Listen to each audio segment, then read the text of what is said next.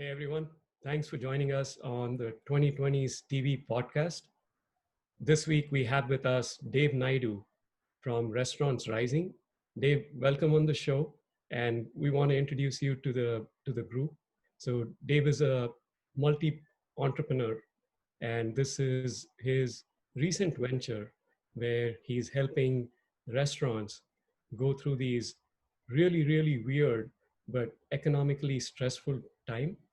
So, Dave, let's get on this journey and tell us a little more about, what's happening out there. What are the challenges restaurant owners are facing, but also the consumers, and give us a sense for, one of the key things that we try to do on this show slash podcast is talk about how the 2020s, similar to the 1920s, is going to create these tectonic shifts in the way we live and consume and learn and evolve as a community.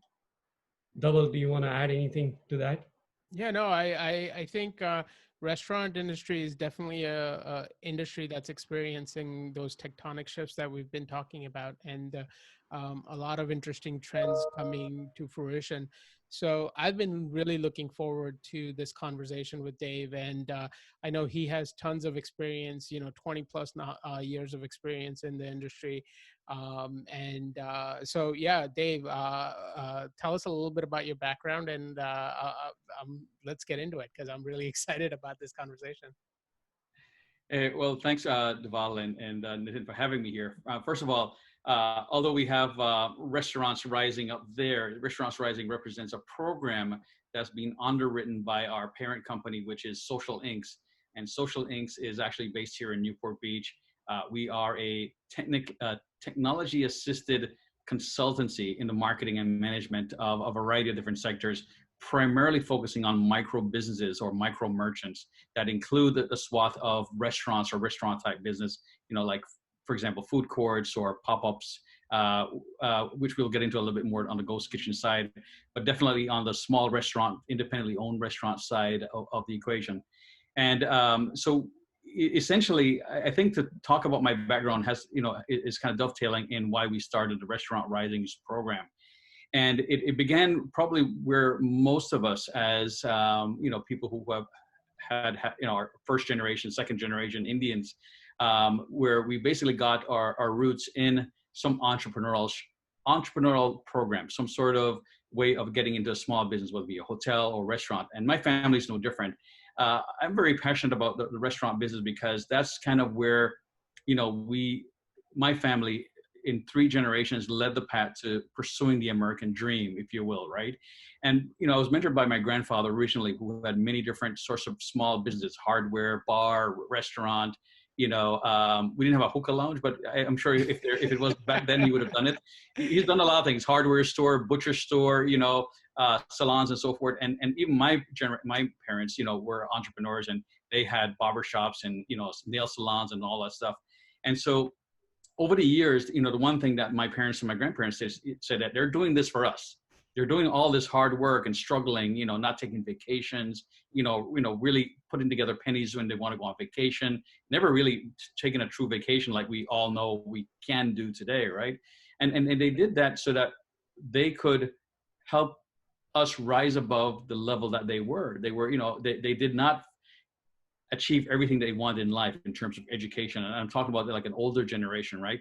So they never wanted people like myself, my kids like myself, to be in that business. They wanted something better for us. So, long story short, I pursued, I did my best to pursue a career in, getting a paycheck, just going and getting a paycheck. And, after 7 years of that, I realized, my employers realized that I was an entrepreneur. And so I got more evolved into the marketing, business development, and the management aspect of the business, even though my degree is in architecture and urban design. Can you imagine that? My job was negotiating deals, putting together packages, understanding, the labor issues, the fundamental, issues with consumers and the issues between landlord relationship and tenants. And so it all became a people business for me at the end of the day. Wow. And so, quite frankly, I avoided the restaurant business as a place to go and put my money, except that one time, I did that. For a brief minute, I was a nightclub, lounge, and restaurant owner in one of the most popular places in Hollywood, California. And it was an experience taking what we saw was a place that I like to go to. It was my favorite place to eat, but it was failing, and it was failing miserably, but nobody would ever know it. So on the outside, it was popular, a lot of celebrities. We had a lot of, there were a lot of premieres that were done there. And, when I got involved with the business, it was to save it and get it repackaged or sell it to somebody else. But outside of that, working in the industry has been really as a consultant, as a mentor, as a business advisor. And I can tell you that it's a lot easier to tell someone what to do when you're on the outside than to really actually apply it. Because even with all the resources that we had available to this very great restaurant, lounge, and nightclub in the heart of Hollywood and Vine, even with the great talent that was available to us and the monies that were available to us, it still was a tough business. It was a struggle. Mm-hmm. And quite frankly, when we saw this COVID epidemic or pandemic take root, we already were preparing ourselves for a 10-year anniversary of helping some businesses, because we knew at some point that in some way the economy was going to go somewhere other than up, right? We did not realize, and unfortunately, it was a COVID-19, pandemic that really was the source of great pain and foretelling of what's going to happen with a restaurant business. And so we looked at it, the restaurant business, as not just as a gateway for the American dream, but it's a gateway or a path for opportunities for people who have lesser education, less skills. And I'm not talking about just high school students, which I was when I worked for Burger King the first time as a part-time job, and I got paid like $2.95. I was happy getting paid because my grandparents were going to pay me. Okay, they said your school uniform and your meals are what you get paid. So essentially, when I got paid $2.95, it was the first time I was able to invest in myself. You were excited. I was excited, man, with that paycheck of $100 and per week. It was crazy, but I also realized it wasn't the business for me. It was too hard. People. Right. Who are in it are extremely dedicated. They're not doing it just for the money. They're doing it for something greater than money. They're the greater good of the community. And I can tell you that the chain reaction, the domino effect of one restaurant going down affects dozens, if not hundreds of people at the same time. And it's not something that you can easily repair. And as we talk about ghost kitchens and the evolution of, ghost restaurants and what that really means, it has its pros and cons, quite frankly. And yes, the big money or serious money started to roll into ghost kitchens maybe in 2017, where you had, people like David Chang, who was a famous restaurateur who put his money into a lot of things. We have, Uber Eats, who's now acquiring, and starting up their, acquiring, cloud kitchens, if you will, in different countries than here. We're seeing people like even Uber investor, people from Uber, like former Travis, who was a former CEO, he's mm-hmm. investing in it. We are seeing big money, like in India, there were several cloud kitchens that are being built out with about $28 million. I think there's about $8 billion being earmarked for this sort of technology to help sort of bolster the needs and the demands that are growing in our society. But I don't know whether or not it's the best thing for the restaurant industry. But I do know it's not the worst thing. There are worse things that could happen. Right. So I think that's a great point. And I think I want to try to connect some of these dots. And I know you're being modest saying that, you're not really in restaurant business, but I've seen your grandfather's picture with Colonel Sanders. So I know restaurant business is literally in your blood.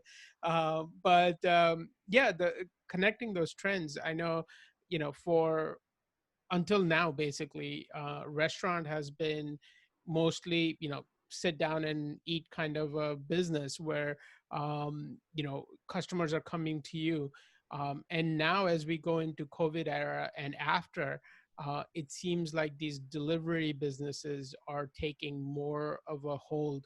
And then delivery business naturally works with ghost kitchens because a restaurant delivering food doesn't really benefit anyone because of the additional costs. So tell me, help us connect some of those dots, if you would, on where we were and where we think we're going. Well, first and foremost, we can go a little bit further. We talked about Roaring Twenties, and it was really after, there's another industrial revolution going on within the food industry, right? You know, California has a great history, a very rich history of really seeding some great restaurants. We've seen Taco Bell, McDonald's, you know, my favorite restaurant and favorite client, Cheesecake Factory, Del Taco, on and on and on. And, you know, a lot of those restaurants started up as, you know, and specifically, like, for example, McDonald's, which applies to today in the ghost kitchens, is where people were looking, you know, to at least one day a week now to get away from their kitchens, to do something that was fun with the family, that was easy, where they didn't have to spend, you know, half a day making a Sunday dinner, or, you know, an entire day preparing a meal, which I know a lot of our aunties and uncles, you know, still do that, right? Right.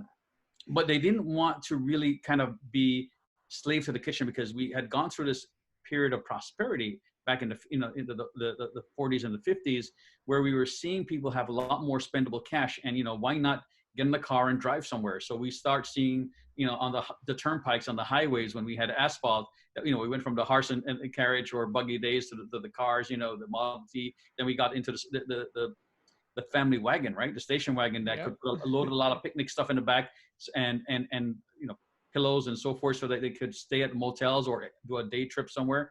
But along the way, one thing that happened when food couldn't be really preserved that well in a car is that they had all these interstitial stops, you know, that were interesting places. That it was both a gas station, it was a you know, recreation park, you know, amusement park, and, you know, an entire ecosystem was built on the traveler, you know, where they could drive into a restaurant and, you know, somebody on a skates, or just walk into, you know, call by microphone, call up on a restaurant. So the convenience of the delivery of food has always been a top of mind. And so we've seen a trend where, you know, back, you know, prior to COVID-19, we saw that in trying to connect the dots, we saw that there was a greater generation of people, primarily millennials, who were the biggest users of apps. You know, we talked about, you know, Yelp, which is another California company, using Groupon to buy deals, or Living Social. We saw them, you know, using convenience and getting a good deal to have more meals out, quite frankly, and more meals out while they're doing something fun. And so what happened was, technology became a very essential and a core part of how a business was going to function, whether you be a retailer or a restaurant. And the restaurant got affected the most. And so you saw the birth of companies like Groupon, DoorDash, Postmates, you know, the acquisition of, and the merger of different companies like Uber Eats, Caviar, etc. And so what that really meant was, the market saw that there was an increase in need, or increasing greed for, you know, consumption of food, not just, you know, as a drive-through, but to be delivered to them. Because, you know, I could tell you a quick story. I have a neighbor, and basically she had, she's an avid Amazon buyer. And one day I went to drop off something for her, and in this box that was open was one tomato at her doorstep, and it had Amazon Prime on it. I said, okay, maybe somebody, a neighbor or a relative, left this tomato at a doorstep, but the reality is that, you know, it was in an Amazon box. So I was curious when I spoke to her next time, I said, hey, who's so nice that they would drive all the way to deliver one tomato for you? And she said, well, Amazon Prime. I said, what? One tomato? You order one tomato, not a meal, not a whole bag of groceries? He said, why? He said, by the time I get out of my office and drive down to the supermarket, wait and, you know, look for the tomato, a good tomato, then actually go and pay for it, get back in the car, come home, I'm too tired to cook. And I just wanted a simple salad. So as I walk up to my door, I have this coupon. I can get a tomato delivered for $2 when it would have cost me a whole lot more of my time to go ahead and go and drive to get it and then prepare it. And so we're seeing that evolution of how Blue Apron and, you know, the DoorDashes of the world have evolved, because people are looking at the cost of their time. And, you know, is it really just convenience? Well, it could be convenience, but a lot of people who are home-based don't have a lot of time to, you know, get up and go and do things and go out. So they, you know, look, it's a non-essential thing. If it's In-N-Out Burger, or it's a Burger King, or if it's a fast food thing, we already know it's a predictable product, right? The food quality is consistent. We know how much it's going to cost. We know what we're going to get with it. We know what if we're going to be satisfied with it or not. And so we go ahead and get it. So now we've evolved into having where it's not just the home cooked meat, it's not just the prepared boxes, but we're seeing restaurant quality food being delivered in the same way you would get an Amazon Prime box being delivered to you. So the evolution is very strong, but I don't believe it's going to overwhelm or take over the entire restaurant industry. It's just, Right. as humans, we can't. We're attached to our experiences. Yeah. So, Dave, that's, I think we've touched upon so many different aspects of how food is getting out or how food is being consumed.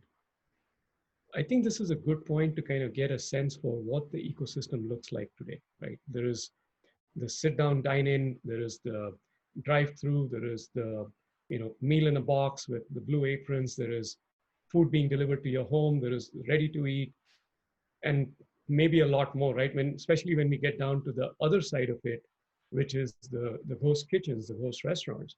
Give us that sense. What does the ecosystem look like? And then maybe we can use that to go into the next set of discussion, which might be around where and what is going to survive, what is going to grow, right? So the survive and the thrive. So let's take stock, right? Educate us on what's happening out there today. Yep. Well, Nitin, that's an excellent question. So what's happening today is the market is in flux, right? Mm-hmm. And it's actually, accelerating certain growth, certain sectors growing in terms of the virtual kitchens, if you will. It's accelerating the need for brick and mortar businesses to sort of, adapt and evolve, if you will. And like you said, some will survive and some will, some will not survive. So the ecosystem is fundamentally, currently, as we know it, is made up of your sit-down restaurants. Your sit-down restaurants can be a physical restaurant that is either inside an existing mall or an existing infrastructure, and only accessible by foot, like in a mall, for example. Then you have those that are physically, accessible by foot or by vehicle. They have a drive-through and so forth. And so what we're seeing right now is that those physical businesses are looking at three things that are really impacting the industry. One, COVID was a premature, an unfortunate permeation of an acceleration of a lot of things they have to consider. And those three things are labor cost. We're seeing an increase in labor costs because, number one, there's a lot of transiency in the industry. Number two, there's a lot, the potential increase in minimum wage, which, by the way, even the wage they're proposing is not a livable wage, but it is still, if you go from, $10 to $15 an hour, it's a serious increase that really diminishes the profitability in a really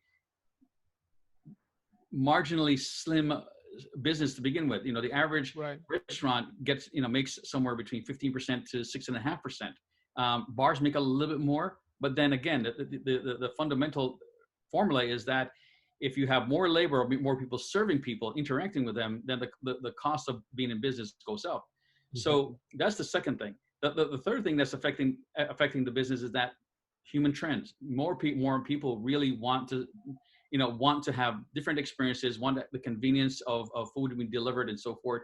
And so they're using alternatives besides the sit-down restaurants. So I think the swath of where we are, food trucks basically were sort of a precursor to the pop-up mom restaurant. They are a precursor to what we see as seasonal restaurants that are, the food stalls, the hot dog stand, or what you would see at carnivals and fairs. So all those people right now are looking at, hey, wait a minute, I cannot own a brick and mortar business, so let's jump into something that already is pre-built for us. And so we're seeing a mindset, an opening for people who don't have a lot of capital, don't want to invest a lot of money into having a dark restaurant or to basically jump into a virtual restaurant situation. Now, there are two types of virtual restaurant, ghost kitchens versus ghost restaurants. A ghost restaurant was an evolution of basically an existing brand or an existing restaurant that said, you know what, the cost of being present in this neighborhood is so expensive. I'd rather just, since we already have the tools, we have the marketing tools, we have the technologies to do delivery, why don't we just become a delivery only kind of a place? And so what they did was set up shop in a very remote location. we saw catering companies then sort of evolve into doing the same thing. Instead of being just a catering on the weekend, catering to a wedding, why not cater to the, family meals or for the general public or parties or what have you, and have it more of a virtual kitchen. We see a lot of bakers doing that right now on Yelp, where, they've taken their little kitchen and made it into a business, and now they're what we call renting other commissaries. So the big difference between a virtual, or rather a ghost restaurant versus a ghost kitchen. A ghost restaurant was stemmed from a single standalone brand, versus a kitchen or ghost kitchen is a commissary. It's really a mixed bag of a variety of different brands, maybe using the same people, using the same kitchen to create food that goes out to the same people in terms of who are their customers. So to kind of wrap up what the ecosystem is right now, it's really a race to see who is going to be better served in the marketplace. Is it going to be a sit-down restaurant that's maybe scaled down a little bit? Maybe in the off chance of having a blend between a sit-down restaurant, much smaller footprint, that's in a little bit more of an off the beaten path location, or is it going to be a very dynamic restaurant like Dave and Buster's, right? It became, you can do so many things in a Dave and Buster's. Is it going to be kind of like a destination sort of a restaurant, or is it going to be solely like a supplemental sort of service where you have a virtual kitchen delivering things to you when you need it? But the reality is that the trends that we are seeing right now is that even though the amount of the demand for virtual kitchens might double or triple over the next 2 or 3 years, even when that settles out in 2022, it's still estimated that the in-dining experience will still be dominant and occupy somewhere about 70% to 80% of the market, as opposed to where it is right now, between 10 and 15%. Right. Oh, wow. So I love your description of this. And as you were talking, in my mind, I was actually visualizing a continuum of where a sit down restaurant is, where the ghost kitchen is, where the delivery service is. And it sort of makes perfect sense the way you described it. Just to clarify one thing, a ghost kitchen, the way you described it, I almost see it as sort of, if we take the example of Cheesecake Factory, because that's a popular restaurant everyone's familiar with, in a city like LA, there might be maybe 3 or 4 Cheesecake Factories. And that's essentially what they can afford. That's, because Cheesecake Factories generally have big dining areas and, lots and lots of employees serving people. But if now, let's say you want to start ordering delivery for Cheesecake Factory, and that food needs to come to you hot and, fresh, then you can't possibly deliver to all of LA from only 3 locations. So you want to start opening up virtual kitchens where there are no sit-down places. It's literally just a kitchen. You're prepping the same meal, but now that's going out through delivery. So you don't have the real estate cost. You don't have the labor cost. So you're cutting out a lot of the overhead expenses, but you're still serving the entire community. So you can have 3 or 4 major locations and then maybe another 3 or 4 virtual kitchens. So you can service the entire LA area through those. Did that make sense? That absolutely makes sense. You're absolutely on point. And so let's think of ghost kitchen, which is really more we're honing on this topic where it's a merger or I guess a convergence of 3 things. One is technology investments and just serving the needs of the market, right? Kind of where things are. Right. So ghost kitchens, if you think of it, is the WeWork of the restaurant industry. Oh, perfect. It's a shared kitchen. It's your shared space. Whereas you have someone like the 3 of us, who are brilliant people, deciding, no, we're going to pool our money and invest in becoming an operator of a ghost kitchen. And then we basically, we become the landlord operators. We put technology in the kitchen, and we may even source the staff for that kitchen for the most part.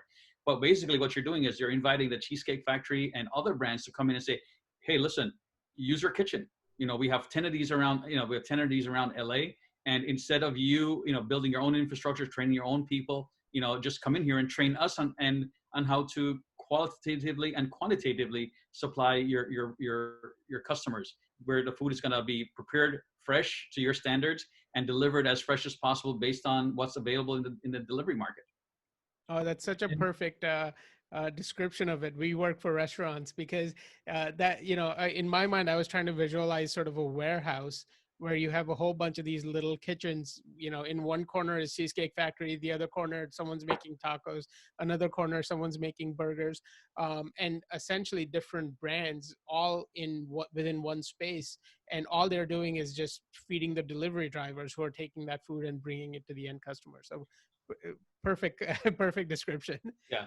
So the reason why investors are attracted to this business model is because it's something that's understandable, right? Right. It's something that's tangible, and they can measure the ROI pretty quickly. But think of it this way: the business models of the future, when it comes to ghost kitchens, is as wide and as varied as the business models for restaurants right now. Whereas you can have a single brand creating basically their own standalone restaurant, virtual restaurant, because they're so busy they can serve a certain area. Or it could be basically a few restaurants that come together and say, you know what, we're going to pull together our efforts and our staff. In fact, we see this potentially happen with franchise owners. All of us here know friends and family that own at least 5 or 6 different brands, right, of fast food chains. Well, Right. why don't they go ahead and put those fast food chains in a virtual setting, if you will, right? Instead of having Taco Bell, Pizza Hut, KFC, all those brands operating different locations. Why not have all those brands under one ownership, or partners operating in the same location? You're going to see aggregation of many different brands, working together, to serve a common market. Or it's going to be an aggregation of a lot of different investors dropping their favorite restaurants or investable products or assets into that restaurant. You're going to see a lot of technology companies, which we've already seen. Deliveroo, which is an Edition, which is a European or UK based delivery company, already started their own virtual kitchen, if you will, as an operator that's housing all of their former clients to prepare their food. Uber Eats is already doing the same thing, because it's a natural evolution from a grocery store to having now where the food is being delivered raw in a package, like that one tomato my friend had. Now they not only can they deliver the tomatoes, now they can deliver tomatoes, all the ingredients, and even packaged condiments or spices from a certain brand, so that person can now recreate that Right. restaurant experience without having it be a perishable, like a perishable item that day. Yeah.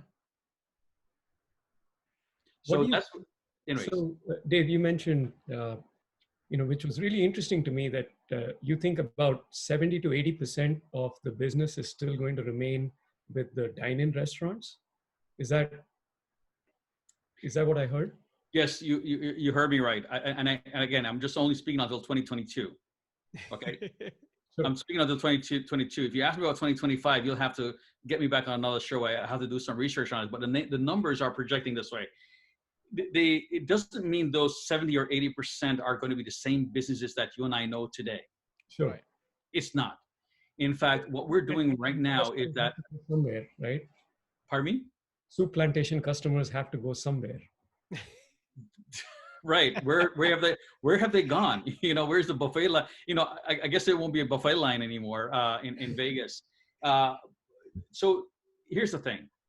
Safety is today on everybody's top of everybody's mind, whether it's wearing a mask, where it's using contactless technologies to interact with the restaurant, we're having more outside dining, common areas that are on the outside as opposed to on the inside for circulation. You can extrapolate it this way. Next week, as restaurants increasingly reopen and feel more comfortable, rehiring their staff and serving the general public, and feel that there's some amount of, safety in terms of the numbers, right? The numbers are on a decline as far as the threat of COVID. Mm-hmm.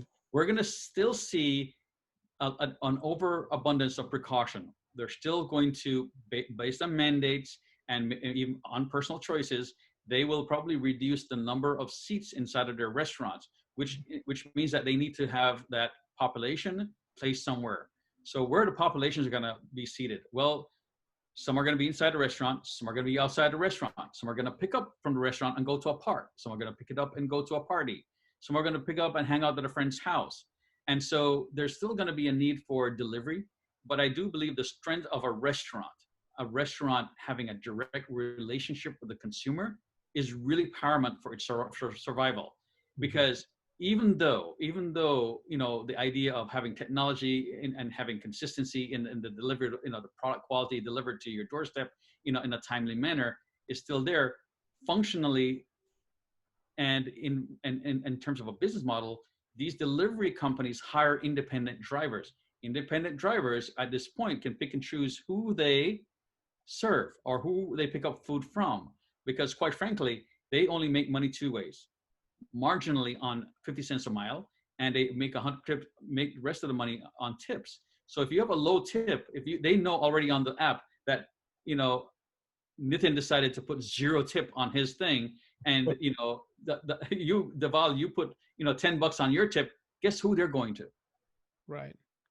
Right? It's not going to be me who put $2 and Nitin who put 0. It's going to be to you. And so what happens is that the restaurant suffers in 3 ways. One, the food gets to the customer eventually, but cold. But definitely gets there late. So it affects your reputation in 2 ways. One, on Yelp or wherever the reviews are. 2 is in their pocketbook. They won't go and spend more money with that restaurant and then the other part is that even though on the negative side, they are blaming the restaurants for missed items or soggy food or cold food or late deliveries. When a delivery person delivers on time and the food is great, guess who they remember to go to and order again? DoorDash, Grubhub, Postmates. The brand has now created a distance between itself. So what I see happening is that maybe what needs to occur is that people who have, like, say, for example, an ethnic food, like, say, maybe, I don't know how possible it is, but we're seeing a lot more collaboration, cooperation among business owners. How about having a brand that's centered around 2 or 3 business people who are suffering coming together to have, to put their best foot forward? Basically, abandon what they were doing before, join forces in one of the 3 best locations, and create, put more money into it, create more talent and skill set inside that one location, and then build it out again as a brand, as opposed to suffering, working independently and with limited funds. We also see the fact that, beyond just the use of technology, we are seeing people are looking forward to serving and being a little bit more loyal to local restaurants, because they don't like what's happening with big business, with big apps, how they're taking advantage of the small guys. And I think that sentiment is going to stay with us for a while. I think our economy is going to shift more in favor of small local businesses. And so if you're not prepared technology or to invest that way, whether it be from an economic development part from a city, or to support them through a chamber, or for us being mindful that as consultants or as businesses, we have to serve their needs, we're going to miss the boat. And the boat is everyone who has been affected by COVID now understand the challenges that's been faced by all at the same time. Whether you work for somebody and were let go or had to be on hiatus, or whether you work for a restaurant or had a restaurant had to close down, or you work for a government agency, everyone was affected in some way financially and also in health-wise. So I believe that the dominance of the in-person experience is going to still be there. And quite frankly, we all need a relief and a release from being cooped up in our home offices, in our 16-story buildings. We all want a relief from having to deal with making food for our families, or even bringing food from the outside and having to clean up. Right. And you're so right, as far as wanting those experiences of going out, hanging out with your friends at a restaurant or a bar. And, that experience is so core to us. But in addition, I think the other thing that you brought up before was the business plan of a restaurant versus a business plan for a delivery service. And, restaurants, you mentioned, are extremely thin margin businesses to begin with. They have the real estate costs, they have the labor costs, and those costs are only going up. So taking the discounts for the delivery service. So for Uber delivery, or for DoorDash, or those apps, they want discount because they want to include their fee. And then there's a fee for the driver, and then there's the tip. So, a $25 meal that you can have at a restaurant can easily become a $40 meal if you're asking for delivery, which is not good for the consumer. Everybody's taking thinner and thinner slices of that profit. And so the business plan just doesn't make sense. So restaurants still, I think, are core, but the delivery service with a ghost kitchen, I think, makes a little bit more sense. So I'm trying to connect that dot, because the ghost kitchen does not have to worry about the real estate cost, does not have the labor cost. So, if you design a business from ground up, one experience is the restaurant experience, but the other experience is this ghost kitchen plus delivery concept. To me, that makes it's essentially like, Domino's that does only deliveries, right? They don't have a area where customers can come in and sit down, versus a fine Italian restaurant where you might get a pizza. The fine Italian restaurant it's not gonna be profitable for them to deliver at home. Whereas for Domino's, that's their core business. That's what they're designed for, and that makes sense. So to me, those are the two sort of the opposites. Does that make sense to you? That sort of a business plan? Right now, what the calculus is that there is going to be, at least for now, a serious growth in the ghost kitchen business model, which can take on a variety of different shapes, as we talked about. Not just not just a WeWork kind of situation, but it could be one brand, or one conglomerate that has several different brands. We know McDonald's owns Chipotle and owns McDonald's, so Yep. there's room and space for different mindsets, for different needs and demands in the community. I think that ghost kitchens offer a more level playing field for startups than anything else out there right now. I mean, quite frankly, I can tell you right now, it's easier to go rent a WeWork kitchen, Right, so to speak, and start up a business in the restaurant industry than it was ever before. Before it was really hard.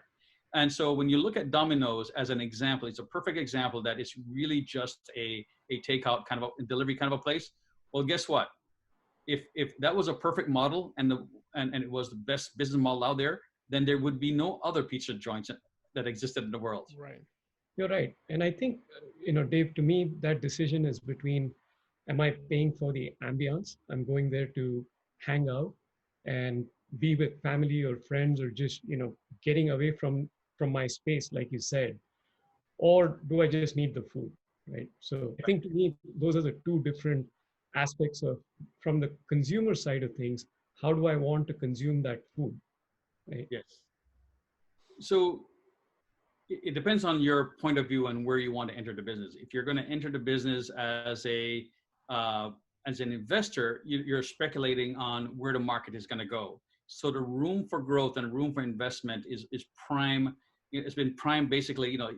Early stage was probably 2017, and we're 3 years plus into that cycle. So 2022 represents a 5-year cycle where that's going to be the early stage, or the market leaders as far as who's in that business and who's going to dominate it. So in terms of, if you're a restaurant owner, present day restaurant owner, it's going to be very difficult for you to give up on what you've known, even if you're losing money at it. It really is, because there's a sense of, it's a security blanket. At the end of the day, you know what you've got. You don't want to give it up, right? Will a person who has an existing restaurant have now the opportunity to branch out and create an opportunity to serve other markets or other areas without having to, build out a new space? Well, that does exist, but the fundamentals of business still exist for those owners. One is, if your restaurant actually sucked before, it's not going to be any better in a ghost kitchen. Meaning that if your reputation was terrible on Yelp, if your service was terrible, if your food was terrible, it's not going to get better in a ghost kitchen. It's just going to be a waste of time and waste of money.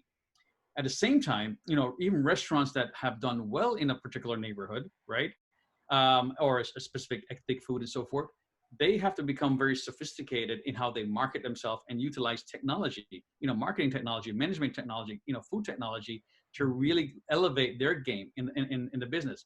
And so for a younger generation, that might be easier. For an older generation, I hope, which myself is included, an older generation, I hope we can adapt, quite frankly. But it is going to be a very personal choice, when it comes to the owners as far as what they do. In terms of the consumers, for example, the baby boomers, which I'm part of the baby boomer generation, as you can probably tell, right? No. The next biggest population in America, because now our generation is dying, right? We are the post. We're definitely we're in our golden age, so to speak. Retiring is right. We're in those, exactly. I'll never retire. The first time if I retire, I'll be like two seconds after I die, I think. But anyway, side note. But what I think is more likely to happen is that you have the millennial generation is going to become the new baby boomer age, baby boomer generation, where they're going to be the most influential, most powerful, largest population in America for a while. And they're going to, whatever they started right now in terms of leveraging technology, doing for more things on a fractional basis. They're buying less cars, using more Ubers. They're not buying more houses. They're actually, if they're buying a house, there's a fractional buying. They're buying with their friends or relatives. If they live in an apartment, it's not just one person. It's several different incomes that are doing it. And they're not necessarily doing it because of just the economy, but there's a lot of financial reasons why they would do it. But it's just smarter because they're not making as much money as before. They want to have the freedom of doing a lot more things as far as qualitatively as opposed to quantitatively, right? They don't want to work as hard as their parents, right? Who basically work a 9-to-5 job or beyond, and and essentially didn't have a great quality of life. And so we see the next generation of consumers who are millennials are going to really drive how consumer behavior and the way investments are going to pay off. Going into the future, your opinion is that restaurants are still, I think, going to be sort of the primary drivers of the food industry. But what percentage, if you had to allocate within the next 2 to 3 years, 2022 and beyond, what percentage do you think will make up the delivery business, the ghost kitchen delivery business, or even we really didn't talk much about the food prep business, the Blue Apron type businesses, but what percentage do you think makes up those other businesses? That's a very complex question, and I think anything I say will be highly speculative, okay? Absolutely. So don't use what I have to say here for investment. Not that anybody would, but please don't. So where we are right now, if we can do a kind of a trajectory, if you will, the Blue Aprons of in terms of the business model has not really worked out as great as they wanted to, right? I don't know when it's the last time you guys checked, but it's a very expensive proposition to have your, a meal delivered. And I think when we consider getting a complete meal, which basically, if you're gonna, and unfortunately, when millennials are comparing prices, they're comparing, across a swath of different business models, but they're really looking at the bottom line. They don't really care if you're a Cheesecake Factory or a Taco Bell. They really, really don't care. And then so when you introduce a Blue Apron sort of pricing model inside our, by the way, a great, very highly desirable model, it turns out that, not everybody's willing to pay that much for one meal. Mm-hmm. And then have to commit to it on a monthly basis or beyond that. And so there are three things that are really fundamental in understanding kind of where we go with this. Number one, in the pros of the ghost kitchens, you're going to see a lot more consistency in the quality of the product that's being offered. Two, you're going to see in the supply chain, because of the supply chain, because of the lower amount of staffing that you need, you're going to see a lower cost of overhead to these businesses. On the con side, you're going to see less employment of people in the restaurant industry. Again, one in three Americans get their start in the restaurant industry, whether it be in high school, in college, or beyond. A lot of actors and actresses, lots of people go to medical school. they've all worked at a restaurant because it's highly flexible. It's an easy business to learn. You're interacting with people. You're working with people you like.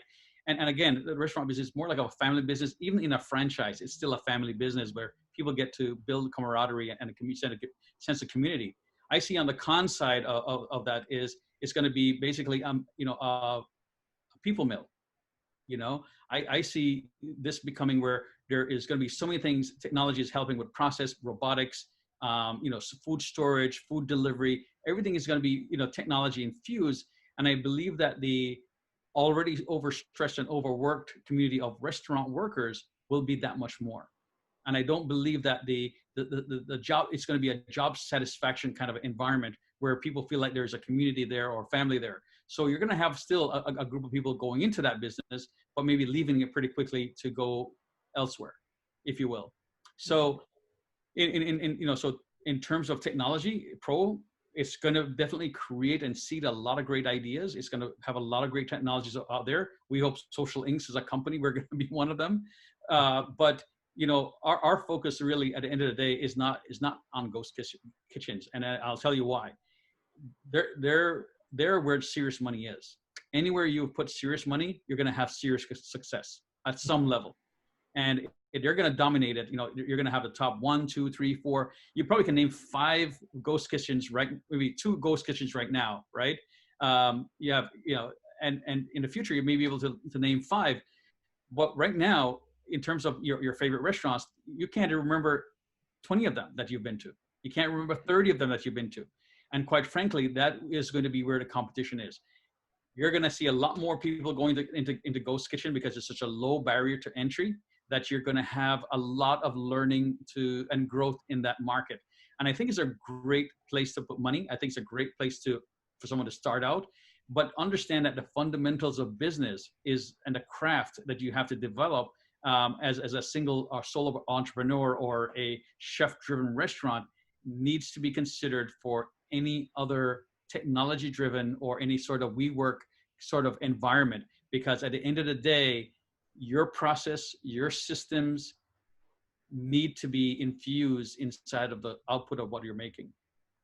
Right. So, Dave, I want to thank you so much for coming on today. I think it was a fantastic conversation and very enlightening for us. I learned a ton about the restaurant industry. So thank you for educating us and spending your time with us. Tell us a little bit about what you're trying to do with Restaurant Rising, if you would. And by the way, we'll put all of the links, all of the URLs in the description below. So if you do want to visit those sites, just click on the links. But Dave, tell us a little bit about Restaurant Rising.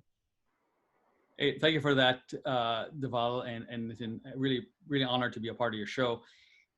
Restaurant Rising was, as we discussed before, sort of a passion project that developed in the midst of the COVID-19 when we anticipated that there was going to be a very dark downturn in the restaurant market. Thus far, we've seen somewhere about 11% to 15% of restaurants have closed permanently across the country. Wow. And that number was underestimated. It's going to be about 10%. I predicted that's going to get as high as 20% in 2020. Wow. Okay, and it's on track to do that. And there are many reasons that we've discussed today why it's occurring. Some people close up shop permanently. They may move on to something else. But for us, what we want to do is understanding that the restaurants that have always traditionally succeeded are the ones that have a lot of resources and available people around them, whether it be mentors, investors, or great staff. But when we look at the independently owned small restaurants that maybe have 1, 2, 3, 4, 5 locations that are not a franchise, we know they're struggling, and their struggles affect more of us than the franchises that might close. I love franchises. My family owns a couple hundred franchises, but the reality is that we decided to embark on this for 3 reasons. We believe that the current solutions that are out there that are taking advantage of restaurants through their big delivery apps are really an unsustainable solution for helping a business weather through the storm. And not only that, even in the best of times, we're still, this is my personal opinion and also a professional opinion, they've been gouged. Those apps are not designed primarily to help these small businesses grow. They're designed to help the shareholders grow their profits. And so, although they started out as great ideas, they were seeded out of great intentions. When you get a lot of investors and investments involved, their primary motivation is to innovate ways in making more money. And you can't blame them for that, because that's what I do as a business. I try to find ways to innovate to make more money. But Restaurants Rising was designed to give a free service in terms of free consulting, free support, not just from the business expertise side, from a lot of volunteer contributors. We have a lot of different experts from the restaurant industry, hospitality industry, that are contributing, to help, guide them through this sort of very stifling economy. We're also providing them with psychological or emotional support, which is also, perpetuating a lot more of the challenges, meaning that, people are having business fatigue, they're having a lot more stress, there's a lot more addiction that's going on. So that's something that I'm not a clinical psychologist, but we have, folks that are our business partners, as well as, people who are affiliated with us, that, as friends and as colleagues, that are from psychological, clinics, as well as psychiatrists, mindfulness coaches. They're all volunteering their time, and we've been doing a slew of those workshops.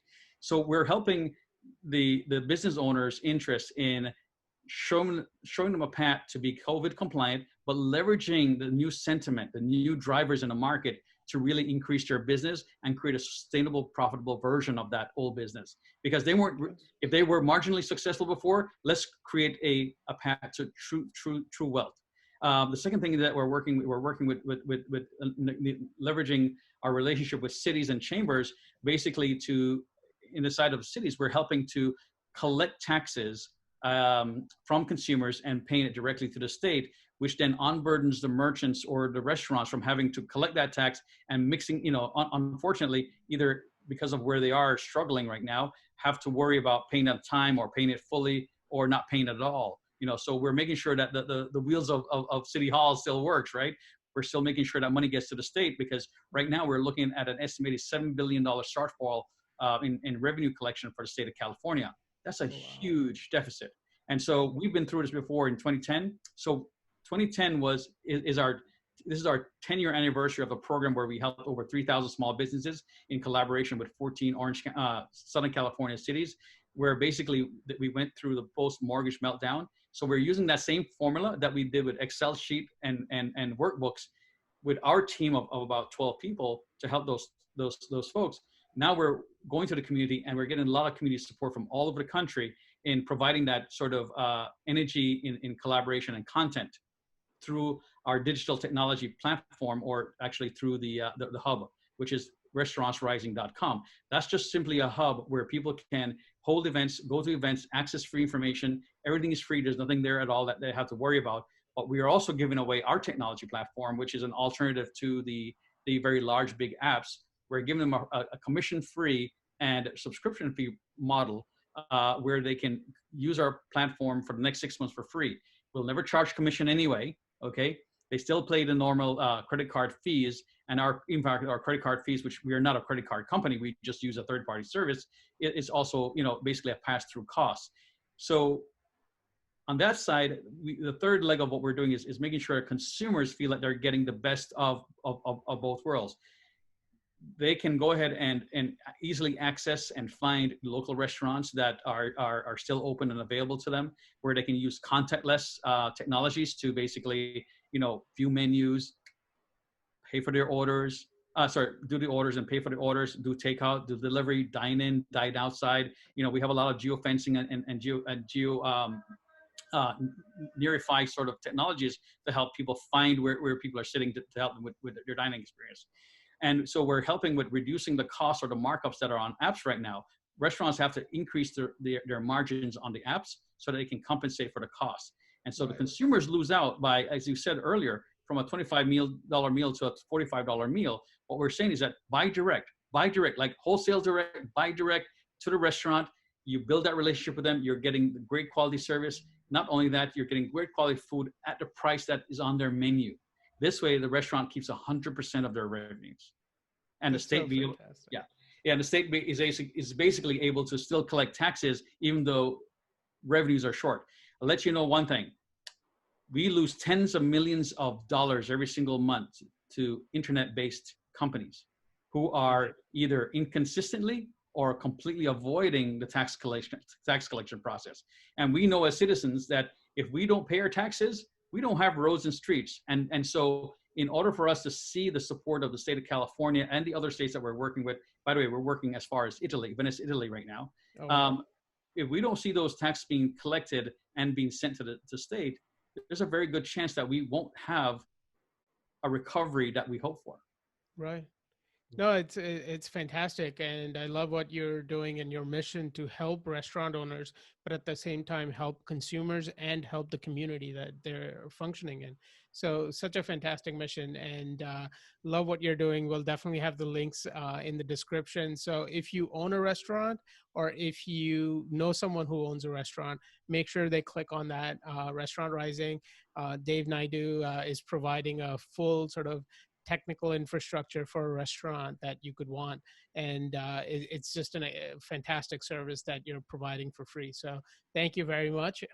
Thank you for coming on and taking your time and telling us about the restaurant industry, teaching us about the restaurant industry, and talking to us about the future. We look forward to, and we'll definitely have to have you back so we can talk, continue to talk about what the industry looks like post-COVID. So we'll definitely schedule that at some point in the future. But thank you for your time today and educating us. So thank you guys. Really appreciate it. Thank you so much.